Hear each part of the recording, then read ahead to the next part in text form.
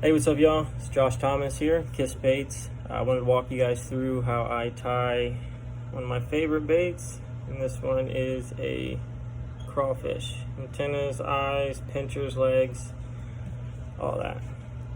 Check it out. It's going to be a little bit of a long video, but you might learn something. Hope you guys enjoy. Super fun bait to fish with. Thanks for tuning in.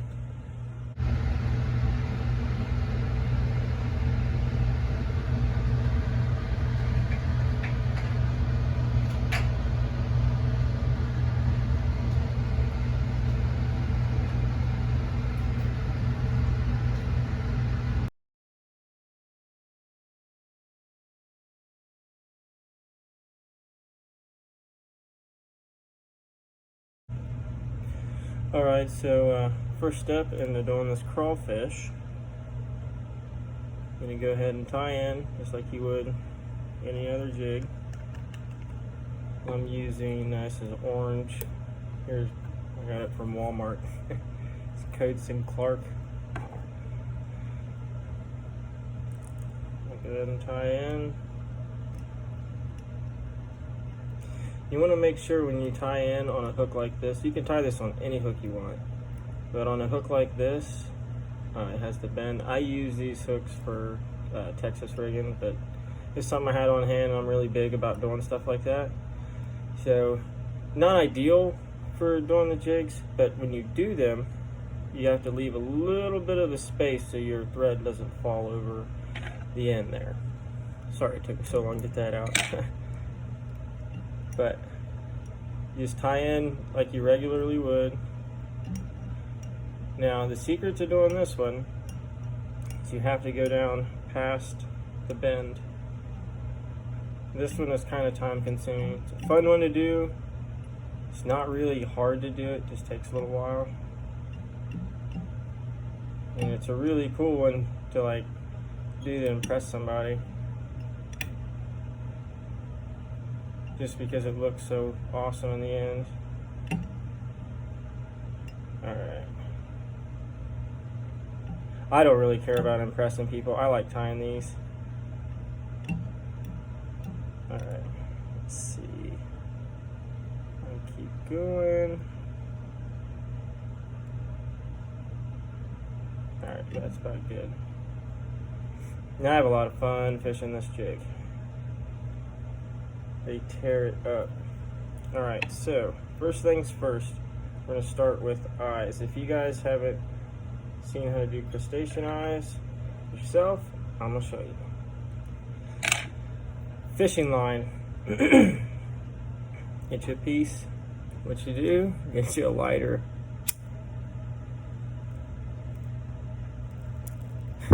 Now, do the fish care about the details? I don't know. But I do. I think they look pretty cool in the end. Yeah, be careful not to touch yourself with it like I just did. You melt the line and it's a little hot. Alright, all you do to put these on is you just straddle it. Get your eyes as even as possible up here. Like that.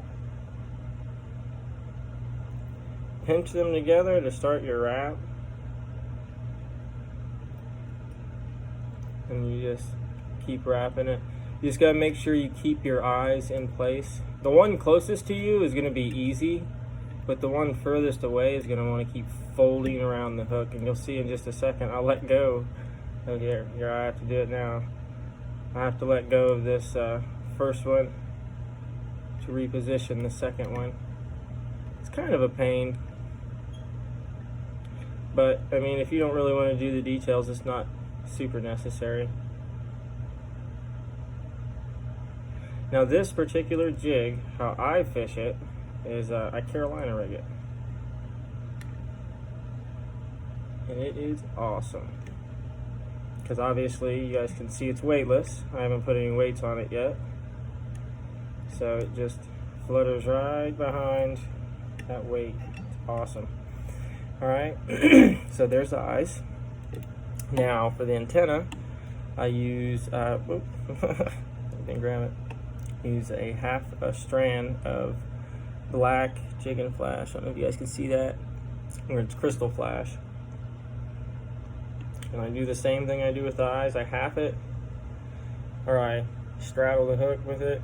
I put the ends together in one finger, and then I'll just hold it tight and pull it up to where my thread, oop, I'll let it go now.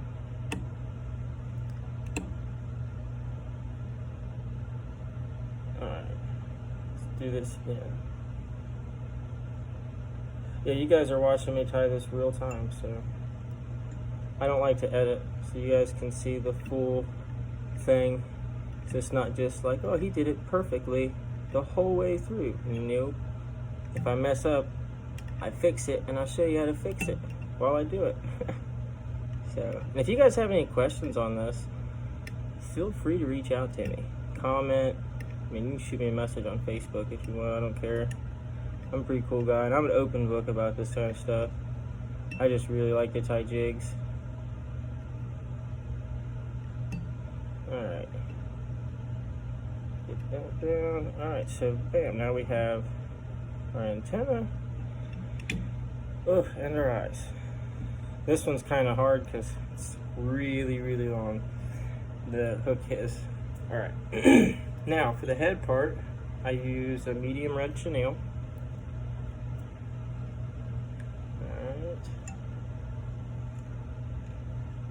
Tie it in.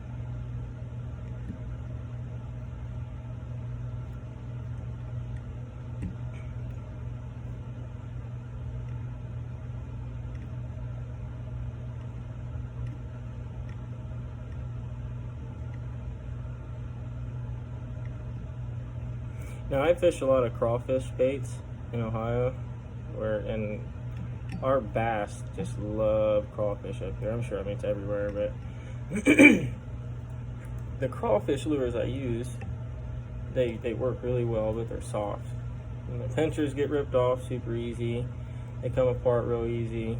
And you catch one or two fish and it's done.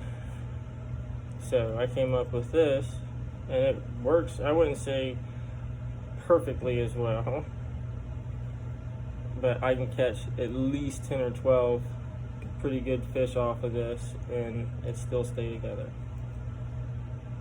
depending on how hard they bite it. But I haven't had one rip this apart at all yet. Caught tons of fish on this. It's so much fun to use too. Alright.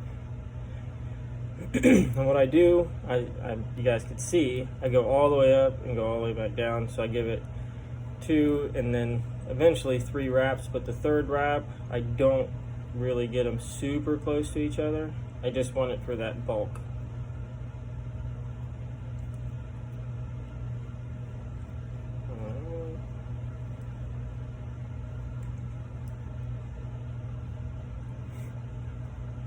Now I'll go past the buildup that I made right here, a couple wraps, just to give myself, I call it like a ramp. I'll show you why I do it whenever I go to put my claws on.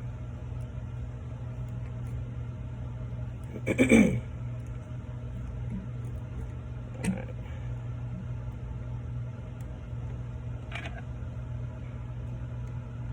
There's a lot of guys that will go through and whip finish after everything, and you can do that. I'm in a hurry, so I'm not doing anything like that at the moment. Alright, now, where are my claws? Here they are. Alright. This is what I'm going to use as claws. Silicone skirting tabs. This is just probably right around a little less than a quarter, little half piece of them. I think it's like 7 or 8 strands. What I do, tie them in right here behind my little, there's a little buildup here of the thread and then the leftover chenille, and I tie it in behind that.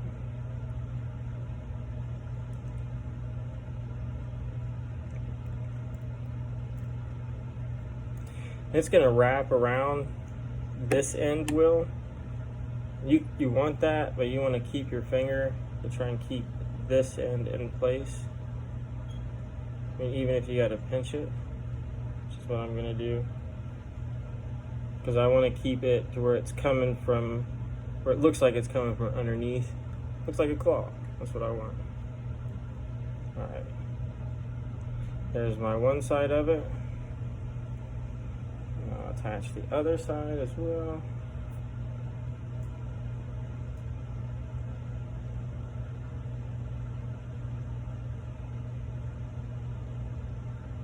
I'm super OCD when I put these on, so bear with me.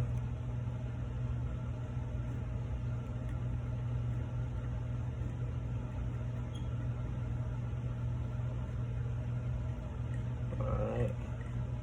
I'll do the same thing and I'll get a hold of it and I'll pull the silicone, keep it straight. Alright.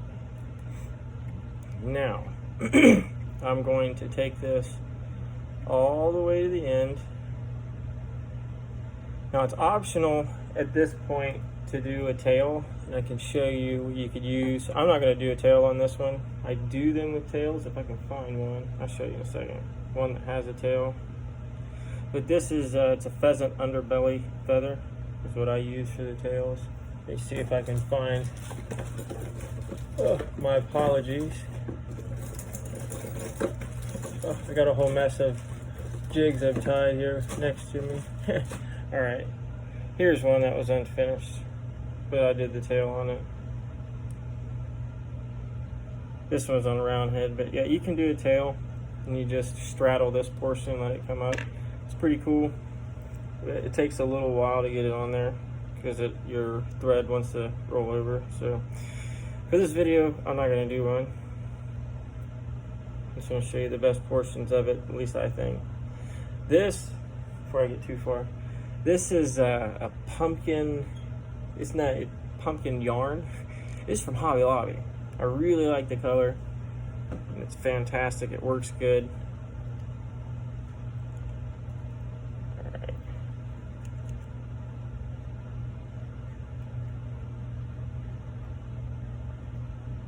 Now I'll tie that in, and I'll tie it all the way up to those silicone tabs. Then I'm going to bring this back down so I get really good coverage of that. Bring it back up. I'd say probably about, I don't know, 1/4 of an inch. It's your discretion on how you want to do it when you tie it. But the next portion is going to be the legs. What I do is I take one silicone band that's off of a skirting tab and I cut it in half. I'm going to go ahead and cut another one so I don't have to stop. So I do 3 legs.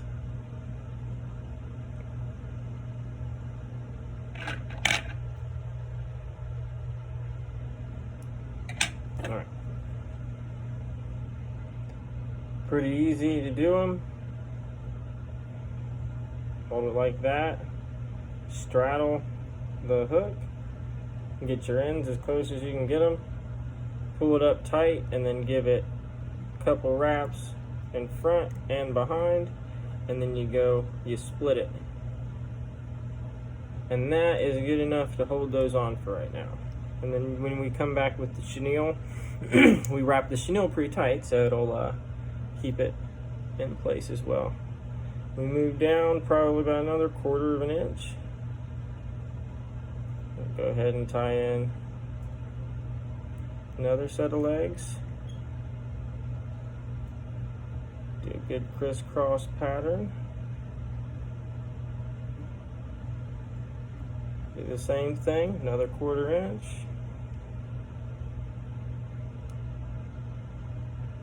We're going to tie in another. Oop.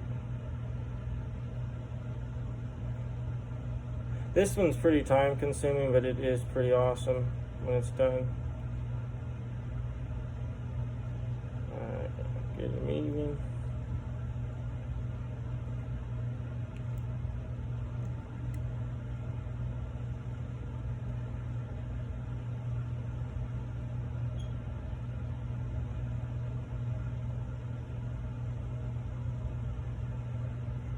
Perfect.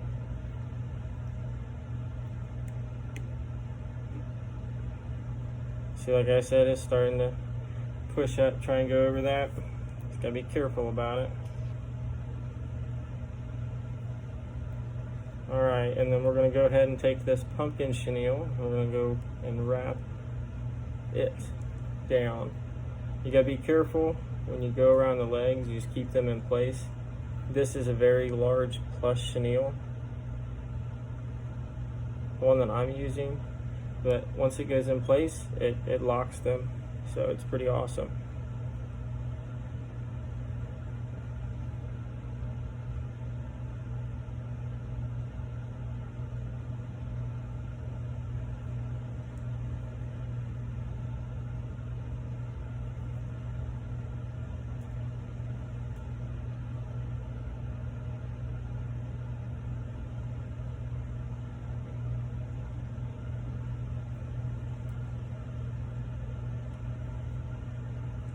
Alright, now here comes the really tricky part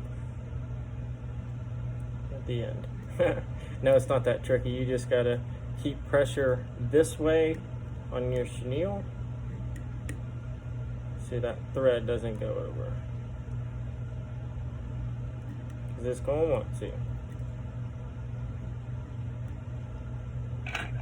Now you can tie this design on any, see there it went. Got to be careful with it. You can tie this design on any hook you want. This one obviously isn't the most desirable hook to do it on, but it's a super sharp hook that I know holds fish. So, alright. Let me go ahead and whip finish this before I really mess it up. Be careful. 5, 6, 7. Oop. There we go.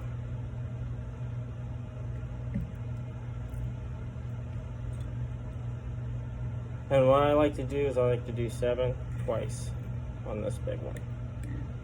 3, 4, 5, 6, 7.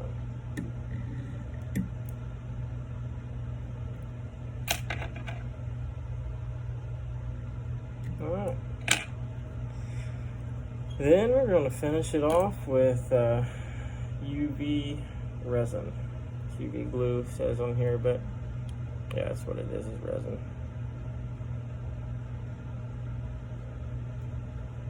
This is the thin, and what I like to do is I just absolutely soak that thread.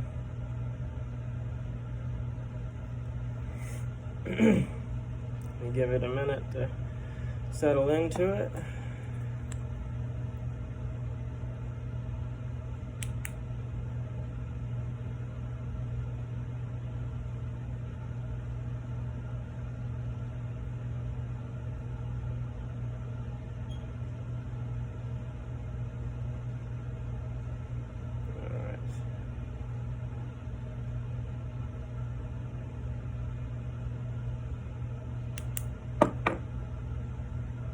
Good and hard. Alright. There it is.